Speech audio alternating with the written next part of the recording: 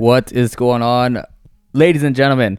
Jose here at the First Round by Podcast. Welcome to episode number 67. Yikes. Ripperooskies. Ripperooskies indeed. Accompanied by my boy, Mr. Sauce. Hey guys, I am also here in the flesh.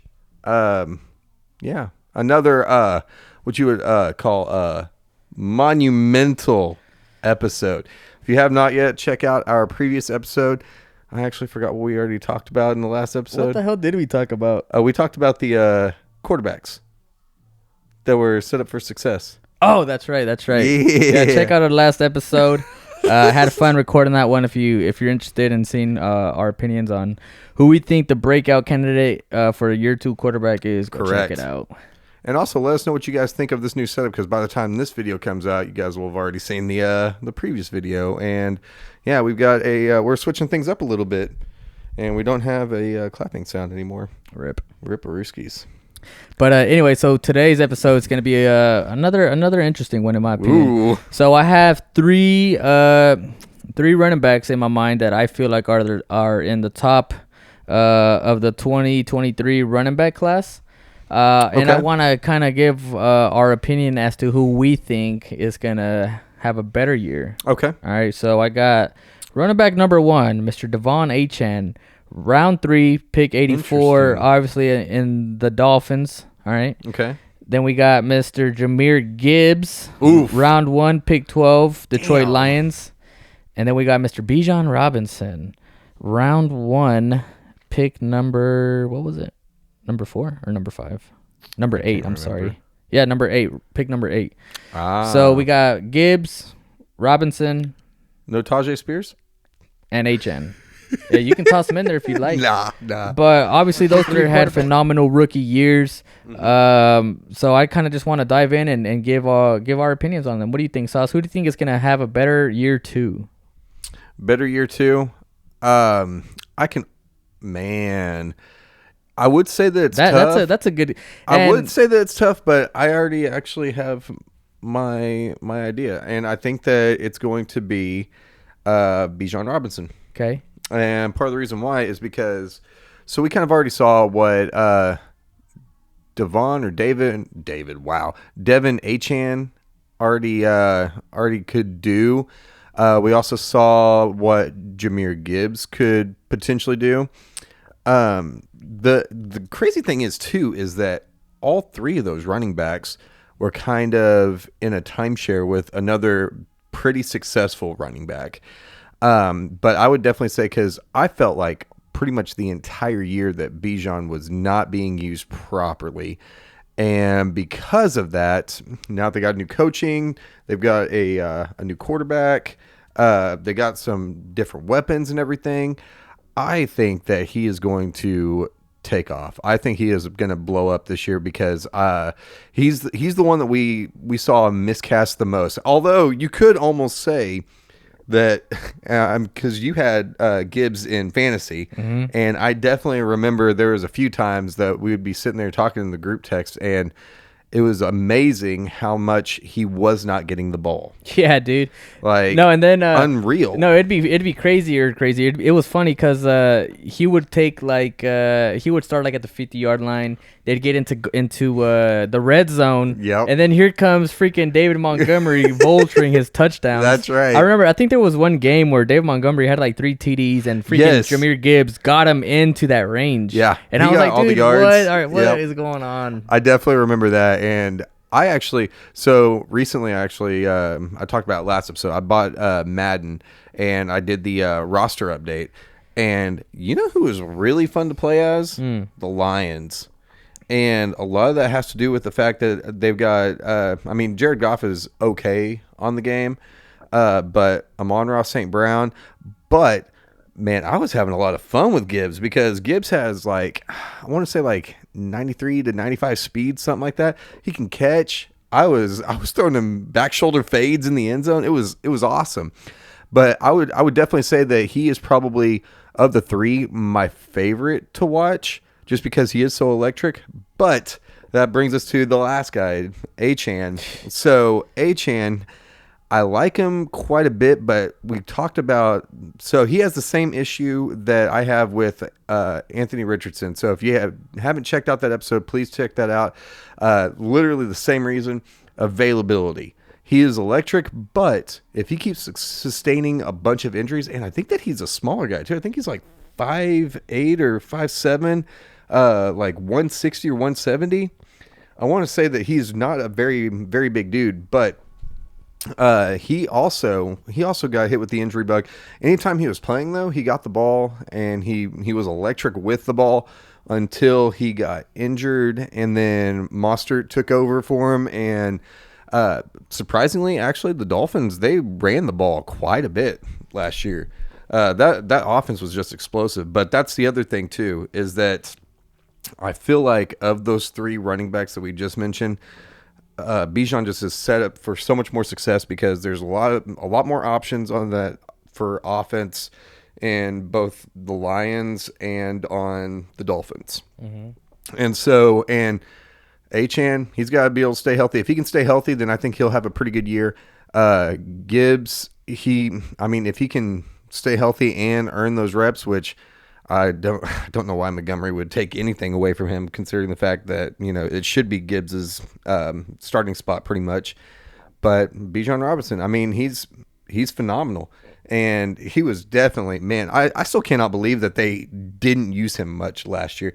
That whole offense was very disjointed, though. Yeah. It was a very weird offense. To be fair, too, their freaking quarterback was Desmond Ridder. You can't do much with that. You know what I mean? You really can't, but they still tried to do a lot with him. Well, that's where they went wrong. I feel like they tried to do what they couldn't do with him, so that's a recipe for disaster. What was the name of their other running back? Gallagher?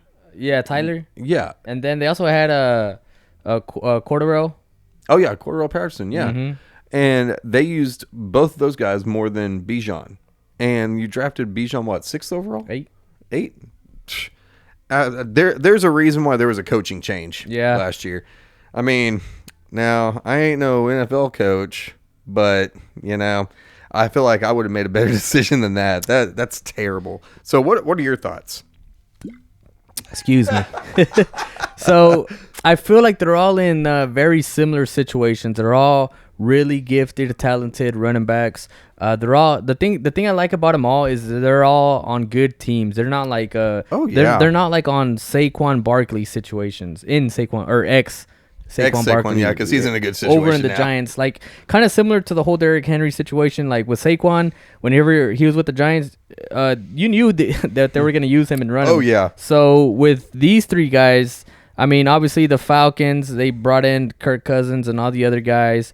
In Miami, they have Tyreek Hill, Jalen Waddle, all those other guys.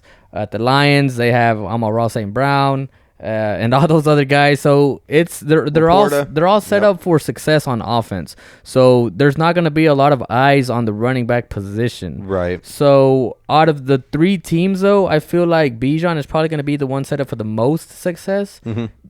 Or actually, I say that, but Jahmyr Gibbs has a better offensive line. But as far as like Robinson goes, because if you think about it, if you look over in Miami, they have Tyreek and Jalen Waddle. Yep. And they have Mostert. Yep. Right. So and then Tua, I like Tua. So Tua likes to sling the ball.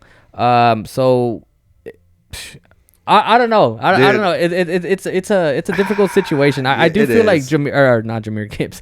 I feel like Bijan's definitely gonna have the better year. But I wouldn't be surprised if one of the other two had a better year. He's the biggest superstar, quote unquote, on his team, whereas all the other ones are pretty much just complementary pieces. Well, where I was trying to say too is like if you think about it, I don't think Atlanta has like a true wide receiver one like these other two teams have. Not at all. Amon-Ra St. Brown and then Tyreek Hill. So obviously those two guys are wide receiver ones on their respective teams. Atlanta doesn't have a guy like that. So I feel like it's going to give more opportunities to Bijan. And I don't know if you forgot, but Laporta had a great year. Oh, yeah. I think he was a tight end 1 or 2, maybe 3 in fantasy last year. Oh, he's 100% going to be at least 1 or 2 this year. Yeah, so all three running backs are going to have a great year, I think. As long as they stay healthy, obviously. Oh, yes. All three of those guys are going to light up the scoreboard. And they can all catch. They can all run good routes. They can run the ball. Did you look up, I saw you looking up, did you look up the height and weight for Achane? Yeah, Achane, he is 5'9", 187. I was close. and he's only 22. So all these guys are young. They're not even in their primes yet, which is scary. Oh yeah. They're only gonna get better as the years go.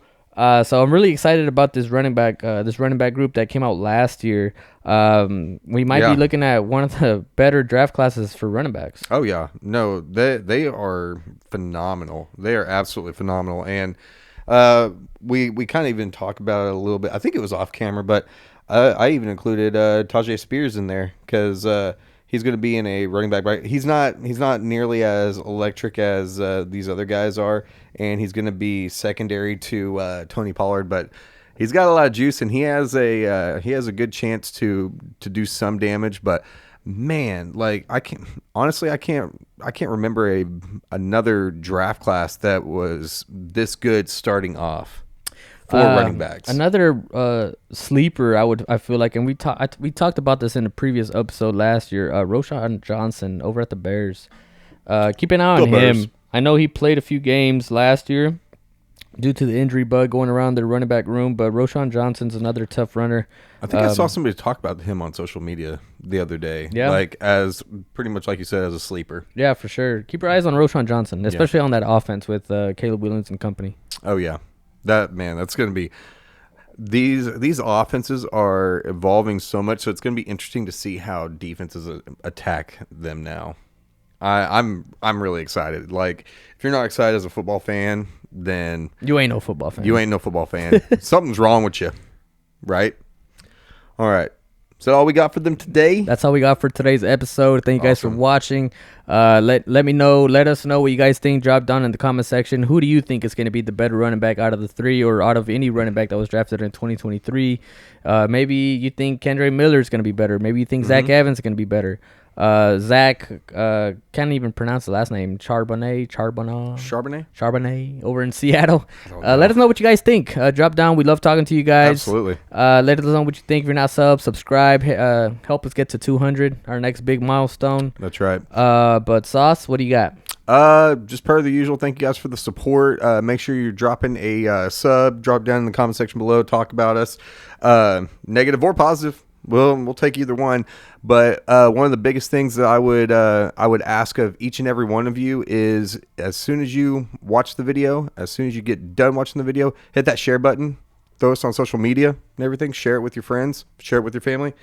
Any football fan, please. We just want to grow this community. All right. So FirstRoundBuy.com. Grab you some merch if you want to. That said, catch you guys in the next one. Peace.